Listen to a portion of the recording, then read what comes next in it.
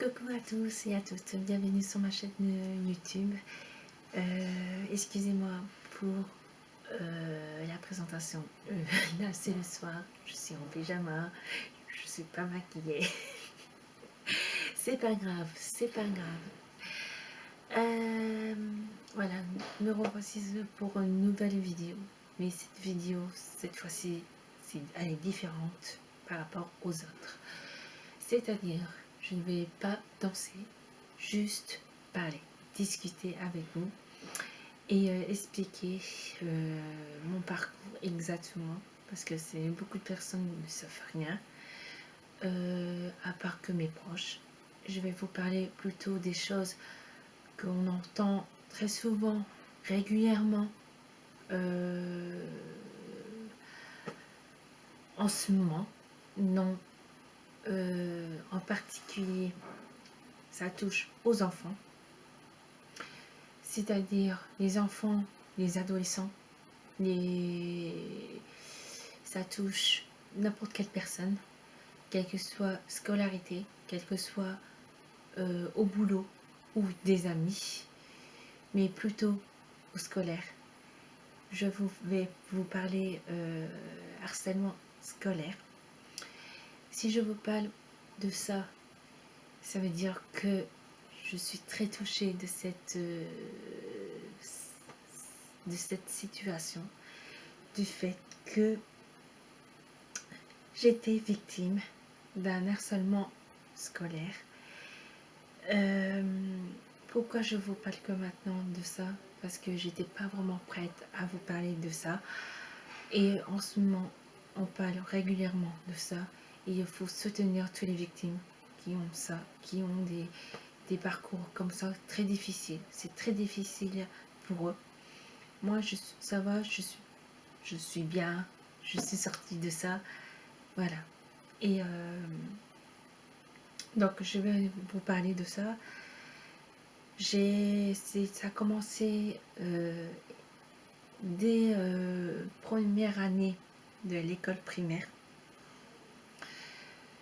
À vrai dire, je vis, pour les gens qui ne connaissent pas, en fait, je suis de Nord, Hauts-de-France maintenant.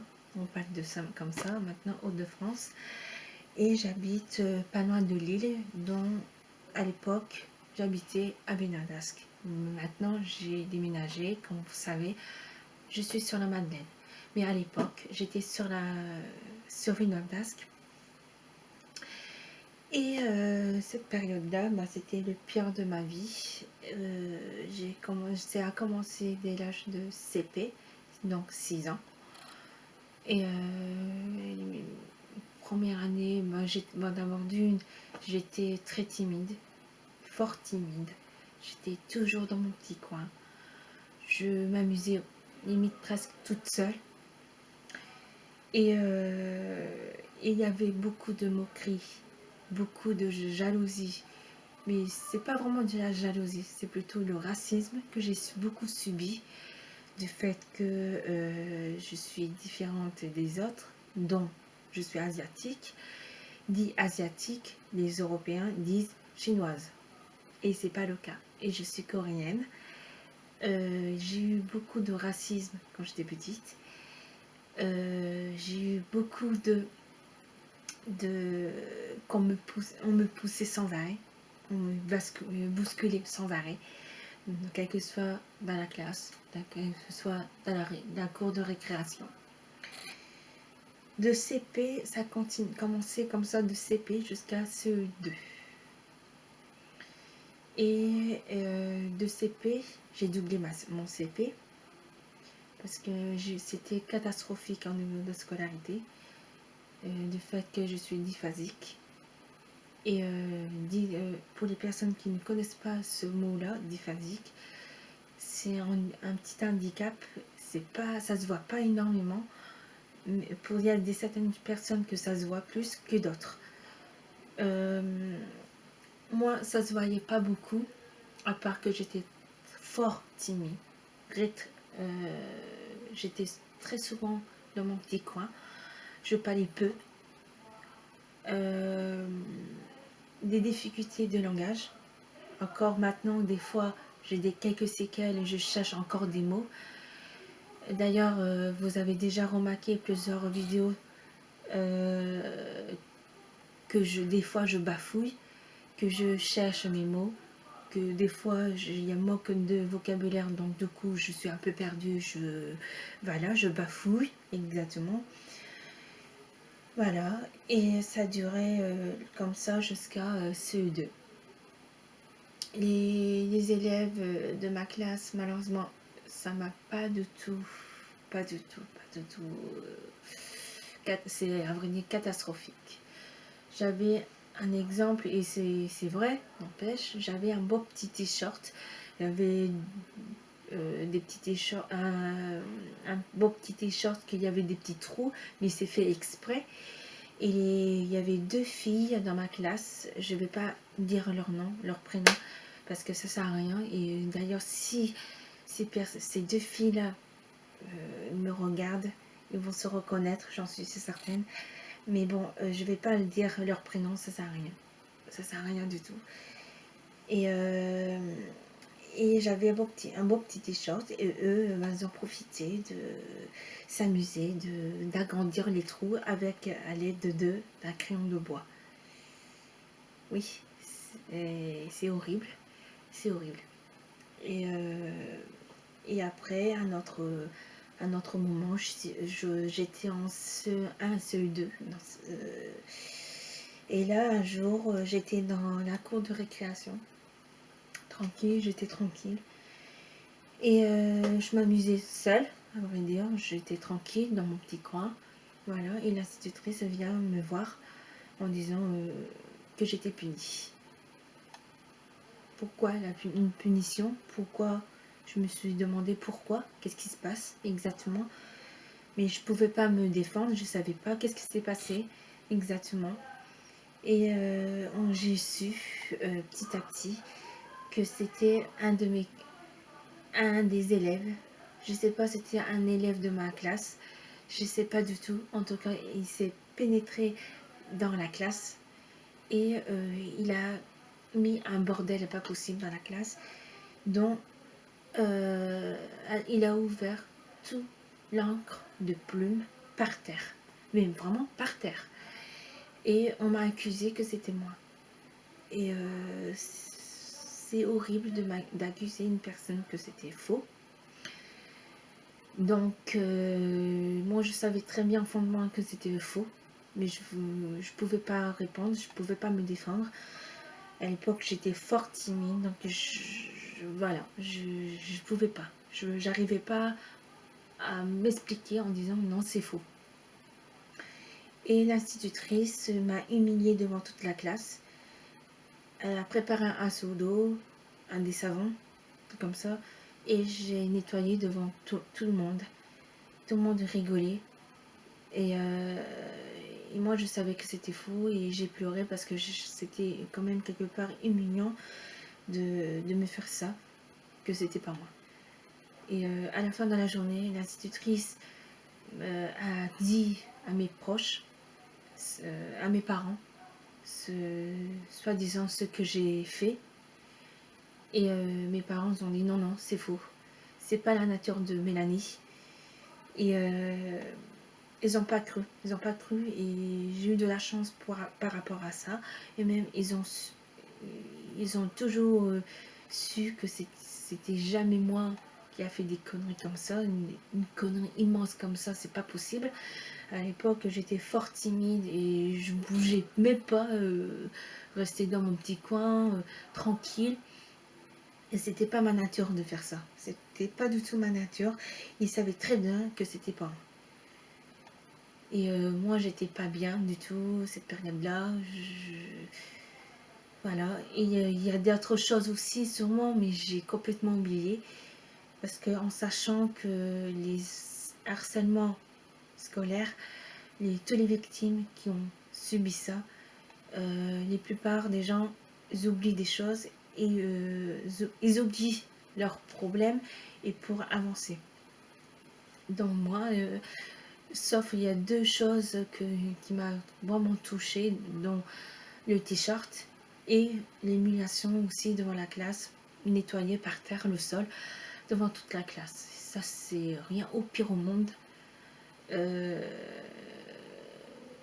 Toute ma vie. Moi, ça me marque énormément. Donc voilà. Heureusement qu'il y avait mes proches, qu'ils étaient là. Heureusement. Et ils m'ont toujours soutenu, quelles que soient mes difficultés, quelque part, mon problème, dont mon petit handicap, dont la dyphasique.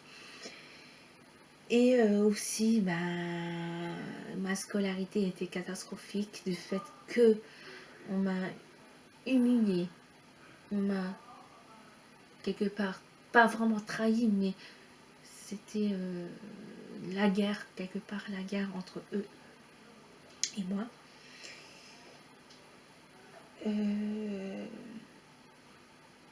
Et puis pour dire que en fait je me suis sortie toute et grâce à fait on peut dire ça grâce à mon frère, parce que mon frère en fait était dans une autre école.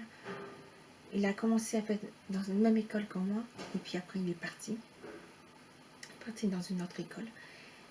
Et j'ai dit à mes parents que c'était plus possible, que j'ai envie de partir, que j'ai envie de changer d'école, je veux aller à la même école que mon frère.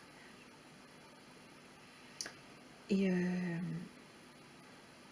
donc ils ont réfléchi, parce que il y avait aussi les institutrices qui disaient à mes parents que je suis bonne à rien,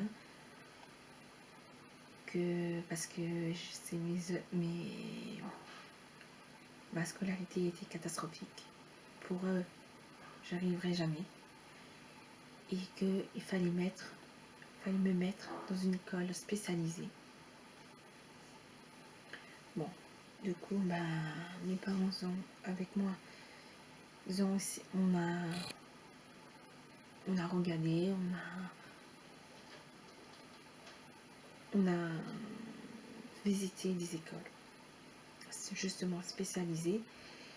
Et je suis rentrée dans une école spécialisée, visitée. Et malheureusement pour moi, heureusement pour moi, pas malheureusement, heureusement pour moi, quand j'ai vu tout ça, et je me suis dit non, c'est pas possible. C'était pas possible parce que là c'était vraiment spécialisé des personnes vraiment beaucoup d'handicap, genre autiste, genre autre chose. Et je ne me voyais pas dedans. Je dis non. Je disais non à mes parents. Du coup, ils ont tout fait, ils ont pris des rendez-vous avec le directeur de l'école de mon frère. Et il a dit à mes parents, pourquoi pas, je veux bien essayer. Et il m'a inscrit, ils ont préparé mon dossier et tout ça. Et je suis rentrée dans cette école et j'étais si bien. J'ai plus de problèmes, j'ai plus de harcèlement scolaire. J'ai fait ma CM1 et CM2 dans cette école. Et je peux dire vraiment, si vous me voyez, monsieur Bleuset, merci beaucoup. Parce que grâce à vous, je me suis sortie d'affaires. Grâce à vous. Enfin, quelqu'un qui me soutenait énormément, qui me comprenait, surtout la compréhension, parce que je sais pas pourquoi, mais en tout cas la compréhension ça aide énormément. Donc de sentir bien entouré, ça fait du bien. Vraiment, ça fait du bien, vraiment. Donc merci à vous, merci aux institutrices, l'institutrice aussi que j'ai eue au CM1 dans Joël. Merci aussi à elle. Et j'ai eu des bonnes rencontres, des camarades super, des copines formidables, des copains aussi. Et voilà, grâce à eux, au moins, j'ai réussi à m'en sortir. Voilà. Et il n'y a pas que ça aussi, que j'ai réussi à m'en sortir aussi par ma timidité.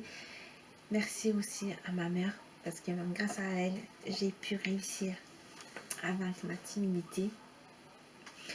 Parce que, en fait, elle m'a inscrite à un cours de danse, un club. Pas un club tout à fait, c'est plus une association tendance. À l'époque, mon professeur de danse, c'était Catherine Wall. C'était à Wascal. D'ailleurs, je les remercie aussi parce que grâce à elle, comme j'ai pu réussir à vaincre ma timidité, elle est au-devant de la scène. Ça m'a attiré énormément. Et d'ailleurs, je continue toujours la danse. Et non, mais voilà, j'ai arrêté la danse classique.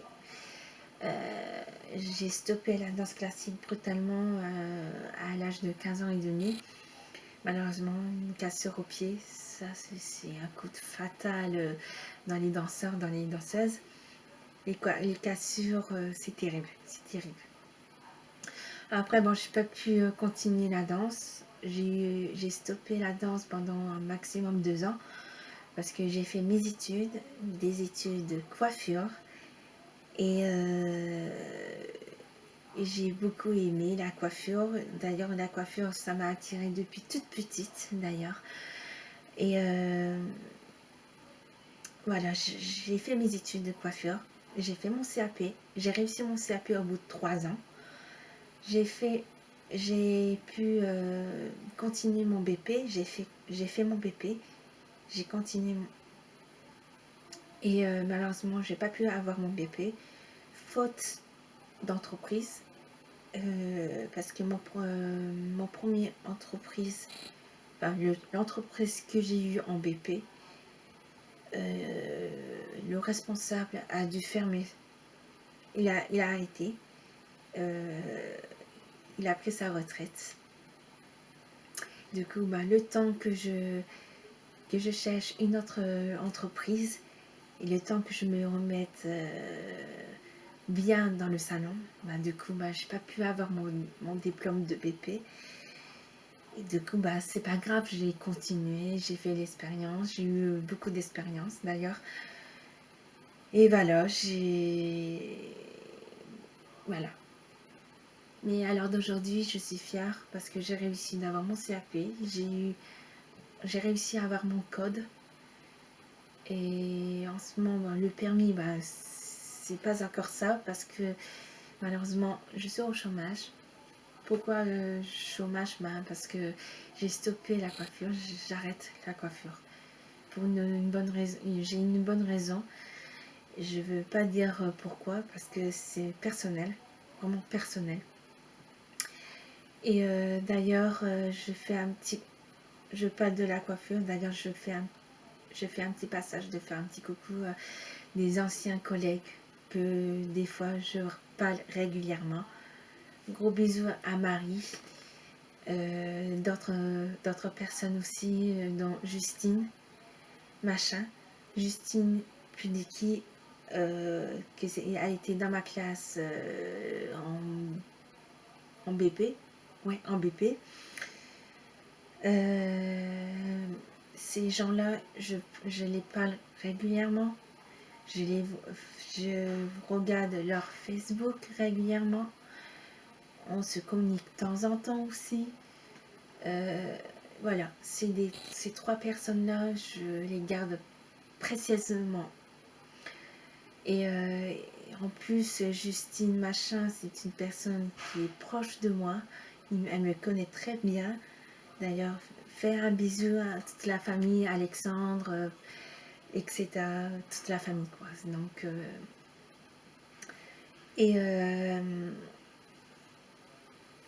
donc voilà. Et pour dire que je reviens par rapport au harcèlement scolaire, c'est pour dire que vraiment c'est un sujet, il faut prendre du sérieux. Et non, et non de prendre rigolade. Parce qu'il y a harcèlement scolaire, ça arrive partout, donc quel que soit primaire, collège et lycée. Et malheureusement, c'est quelque chose assez sensible, c'est un sujet sensible, malheureusement, parce que la plupart des ados et les jeunes enfants ne parlent pas de ça. Parce qu'ils ont peur, ils ont honte aussi. Et c'est pour ça que ça crée aussi des suicides. Et donc voilà, il faut prendre vraiment du sérieux dans tout ça. Donc moi, c'est pas le cas, c'était en primaire, j'étais très jeune, donc je pouvais pas penser à ça. Mais il faut dire qu'au collège, à partir du collège de 6e, surveillez vos enfants. Posez des questions. Si vos enfants ne répondaient pas, essayez, forcez. Parce qu'ils ont besoin de confiance. Parce qu'à force d'avoir des problèmes au collège ou au lycée, ils perdent leur confiance. Et c'est terrible. C'est terrible de perdre la confiance. Et c'est comme ça qu'ils poussent le suicide. Et je reviens par rapport au film qu'ils ont fait récemment avec... comment elle s'appelle l'actrice Julie... C'est une Julie... Oh, je sais plus. Pas bref. En tout cas, ce film, j'ai regardé, comme tout le monde. Et j'étais fort touchée de ce film. Parce que je suis rentrée dans le jeu, je me suis vue dedans. Mais c'est un sujet différent de moi du fait que c'était au lycée. J'ai pas eu de violence envers moi exactement, mais quelque part oui. Parce que genre déchirer mon t-shirt, de grandir les trous de mon t-shirt, ben ça fait mal. C'est un coup de poignard. Ou alors nettoyer le sol par terre devant tout le monde, c'est un coup de poignard aussi. Mais au lycée, au collège, au lycée, c'est quelque chose encore plus violent parce que les jeunes sont plus durs, sont encore plus durs. Ils donnent des coups encore. Ils donnent des coups, ils frappent la personne.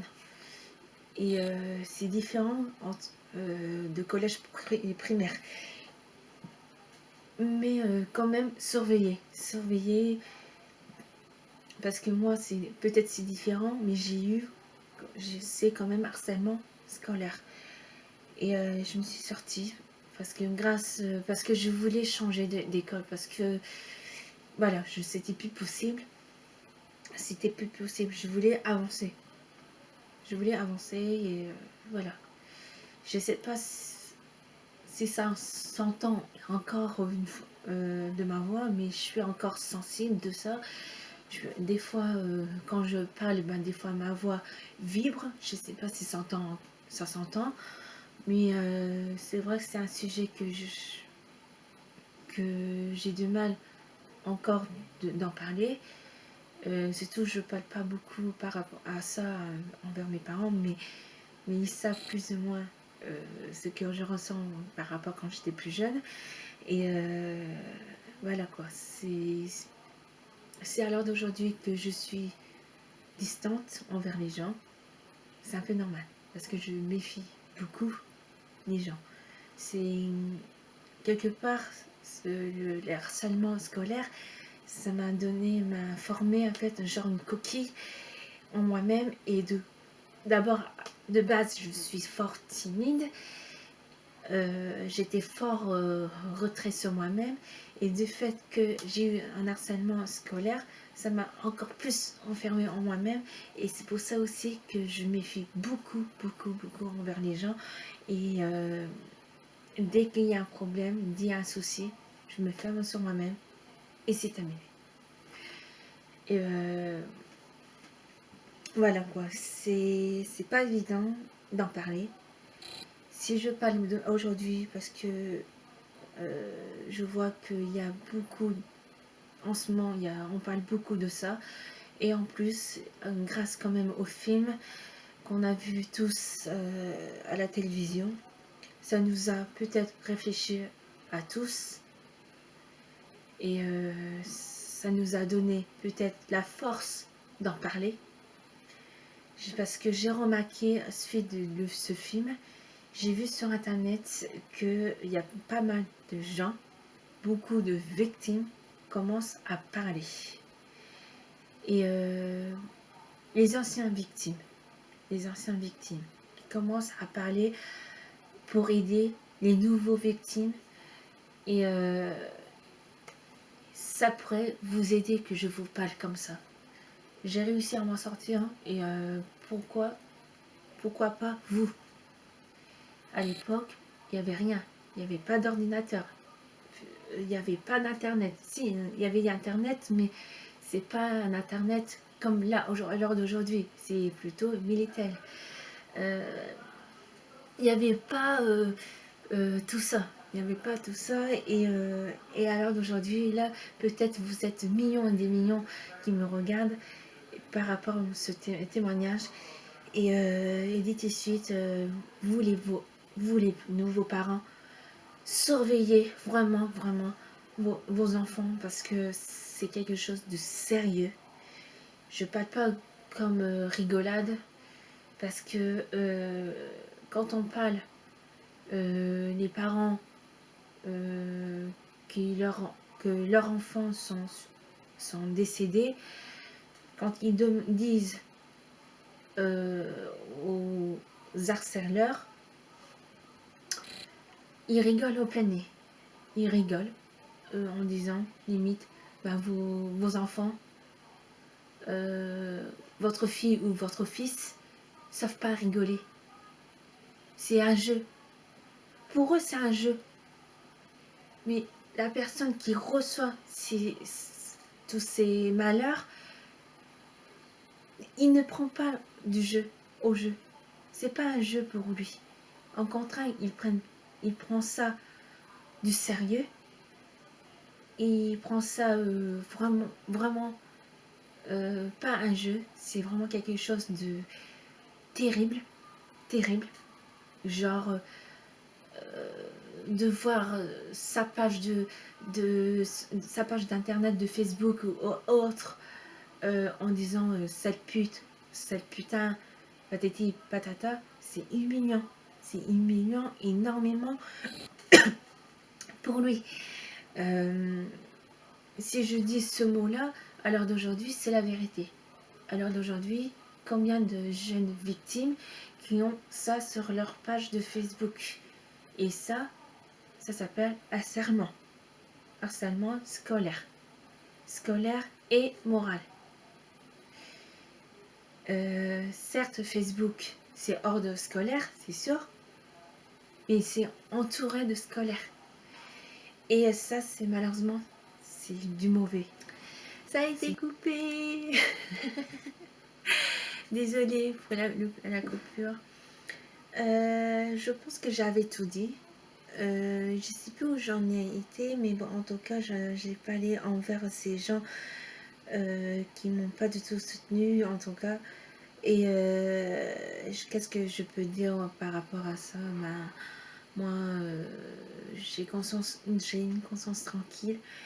Et par contre, vous pouvez pas, parce que, et d'ailleurs, vous pouvez pas rétablir tout ça. Malheureusement, c'est du passé. Et j'avance petit à petit. Et malgré manque de confiance en moi, encore, j'ai un manque de confiance en moi. Ça fait un petit certain temps. Mais Mais j'essaie de me rattraper. Avec le temps, je retrouve je retrouve un petit peu ma confiance.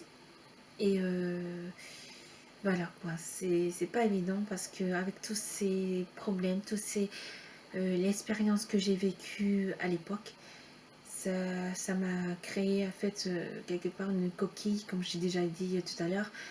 Et voilà, c'est pas évident pour une ancienne victime. Mais qu'est-ce que je peux dire? Simplement qu'il faut vraiment sourire vos enfants, les nouveaux parents, et voilà quoi, parce que c'est pas évident, parce que ça peut pousser le suicide. Et le suicide, c'est très grave. C'est très grave. Parce que normalement, l'enfant ne doit pas mourir. Ne doit pas mourir, c'est pas le but.